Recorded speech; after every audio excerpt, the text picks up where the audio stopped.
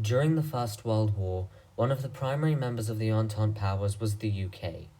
The British contribution to the Entente war effort was tremendous, with them fighting alongside the French against the Germans on the Western Front and, with assistance from the United States, securing victory for their side. It's hard to imagine what the Entente would have been like or how they would have fought if Britain hadn't joined them.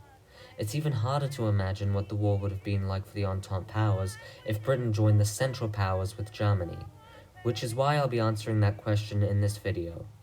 But first, we need some historical context. It's common knowledge that Britain and France had been staunch enemies for centuries. On average, the two countries would go to war roughly every 17.3 years.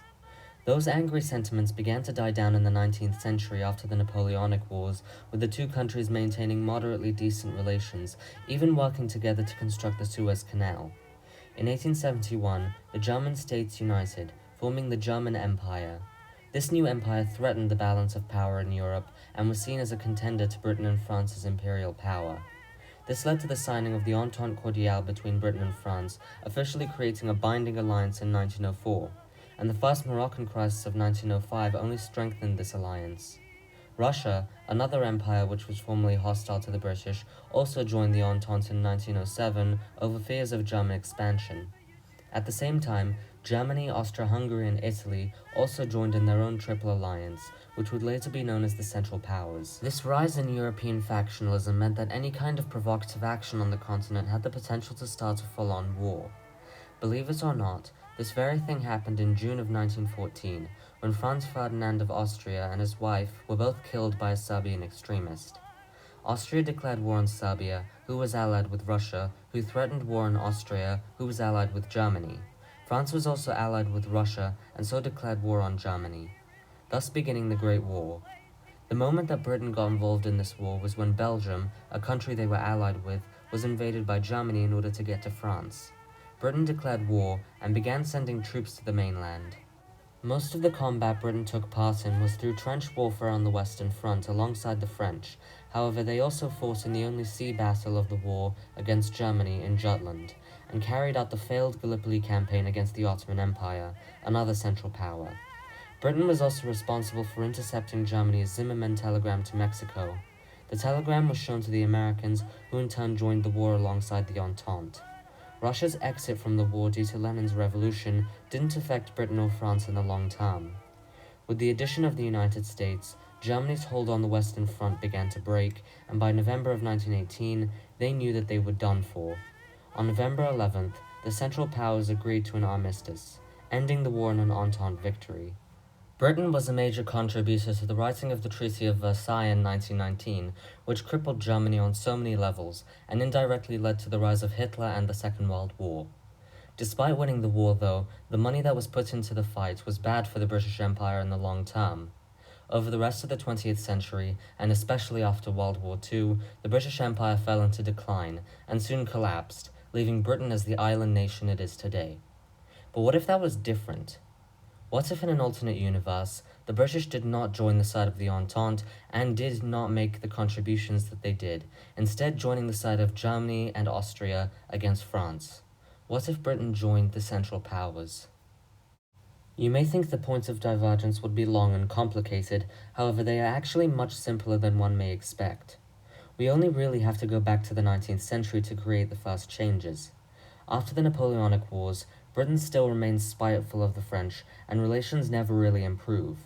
Throughout the 19th century, relations would just progressively get worse. The second, and by far the bigger point of divergence, involves the assassination of Kaiser Wilhelm II of Germany. In 1901, while in Bremen, an attempt was made on Wilhelm II's life. In this alternate universe, this attempt needs to succeed, meaning that Wilhelm III, a man who was willing to compromise and reform, would come to power. When Germany is founded in 1871, Britain is hardly fazed by their growing expansionism, even believing it would be a good counter to French continental influence. France and Russia would still hold anti-German sentiments though, and so the Entente Cordiale would still be signed, but only between them. Tensions would still rise in Europe, and when Wilhelm III becomes Kaiser in 1901, he would find ways to exploit the rift between Britain and France and make Britain an ally. This would include him agreeing not to dramatically expand the German navy and to not supporting the Boers in South Africa. This all would lead the UK to join the Triple Alliance in 1904, turning it into what you could call a quadruple alliance. All of this would set the stage for this alternate First World War. Here is how it would go. Austrian Archduke Franz Ferdinand is assassinated in his car by a Serbian nationalist in June of 1914. The Austro-Hungarian government is pissed and begins making demands to the Serbian government. The Serbians say no, and Austro-Hungary declares war. Serbia is supported by the Russian Empire, though, which means Russia declares war on Austro-Hungary. Austro-Hungary is supported by the German Empire, which means Germany declares war on Russia. France comes to the aid of their Russian allies and declares war on Germany. The United Kingdom, however, is allied with Germany and the Central Powers, and so declares war on France, dragging its empire along with it. Italy joins in too.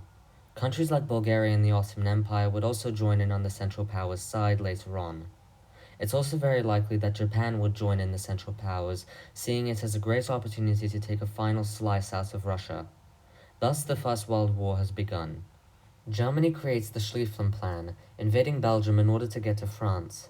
Belgium, however, is allied with the British. Not to worry, though, as Germany would negotiate with the British to allow the German army to move through Belgium temporarily, to only use it as a quick bypass station, and to stay 100 miles away from Belgium's Channel coast. Britain not properly intervening in Belgium means that the Battle of Ypres would never happen, meaning that chemical warfare would never properly be introduced to the battlefield. Britain would start up a naval blockade of France in order to starve out their population. With this naval blockade and the German invasion, the French Navy would make an attempt to invade the Channel Islands in early 1915 in an act of desperation. This invasion would fail horribly and would basically become France's Gallipoli. While all of this is happening, Britain and Germany would invade French holdings in North Africa. With the power balance strongly in their favor, the Italians would also never switch sides during the war and would invade French Algeria and Tunisia. French Djibouti would also be invaded. Since Britain and Germany are on the same side, there would be no need to sink the Lusitania. There would also be no need to send the Zimmerman telegram to Mexico. This means that the US would have no reason to join the war and would remain hardcore isolationist. By the end of 1915, the German army would have easily broken the French lines and would have taken Paris by January of 1916.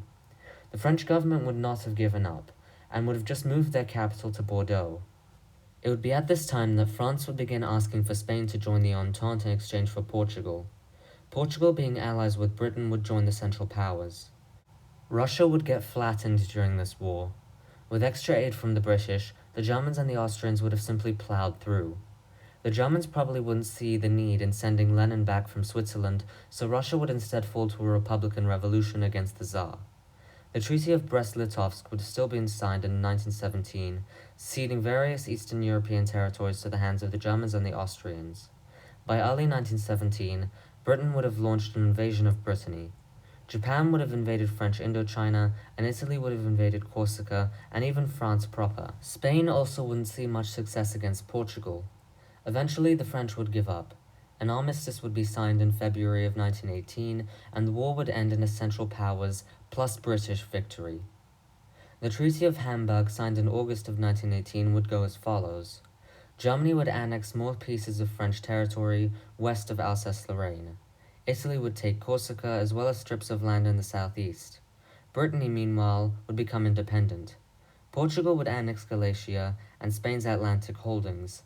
In the colonial world, Madagascar would be given to the Germans, while Italy takes Tunisia and Djibouti.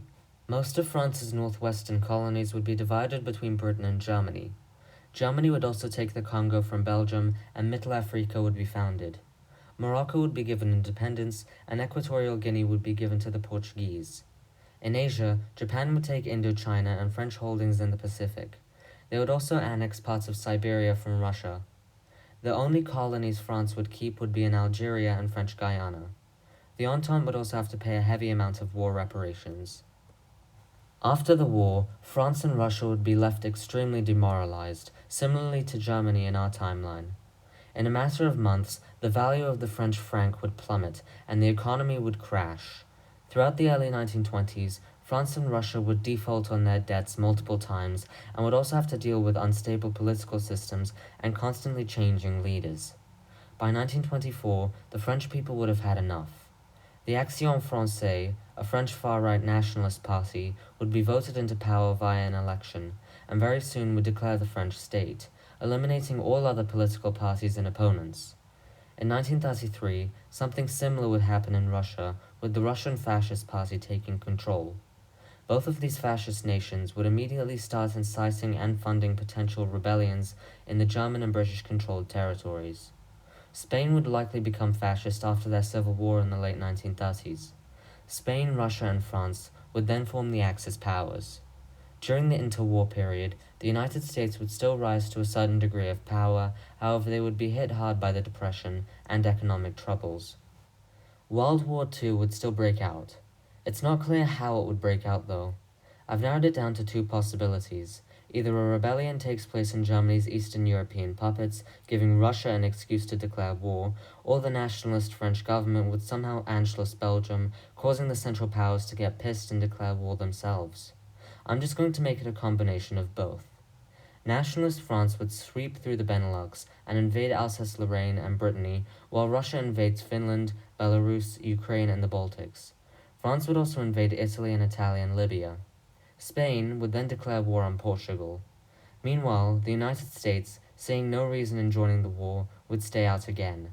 The French would cut through Alsace-Lorraine and begin threatening the Ruhr, but the German army would soon manage to hold them off. As for Italy, they would struggle, and the French forces would progress through North Italy as well as Tunisia and Libya. Britain, however, would invade Algeria. France would capitulate Brittany and occupy the Channel Islands in response. In the east, however, Russia wouldn't see much success, even being beaten badly by the Finnish army. The Ottomans would also invade the Caucasus, while Japan would declare war and invade more of Siberia. By 1943, the tables of the war would turn. Germany would pick up their act and push the Russians back into their territory. With heavy British and German aid, Italy would also slowly push the French out of Libya and out of the north. British military support would also prevent Portugal from capitulating to the Spanish, and soon Britain would begin making small landings on the Iberian Peninsula. By 1944, a combination of British, Canadian, and Australian forces would make landings on the beaches of Normandy, just as Germany invades the Benelux. Both the British and German forces would then make a slow push for Paris. By 1945, German scientists would have split the atom, testing their first atomic bomb. By the summer, Germany would have dropped one of these magic bombs on Bordeaux and another one on Moscow. With both their armies already on the run, the Axis would realize that victory would be impossible, and so they would surrender to the Central Powers. Brittany would regain their independence while Britain takes back the Channel Islands. Britain would also take the French city of Calais. Germany would also annex small pieces of land from France. Catalonia, Algeria, and Turkestan would be given independence, while Japan gets more Siberian land. By the end of the 1940s, the map of Europe would look roughly like this. It's unclear what the rest of the 20th century would be like. Maybe there's a Cold War between Britain and Germany, maybe even America gets in the mix and starts creating nukes just like the Germans. As usual, it's all speculation, so I'll leave this down to the viewer. Thank you all for watching, be sure to like, comment, and subscribe, and tell me in the comments what other alternate history scenarios I should do. See ya!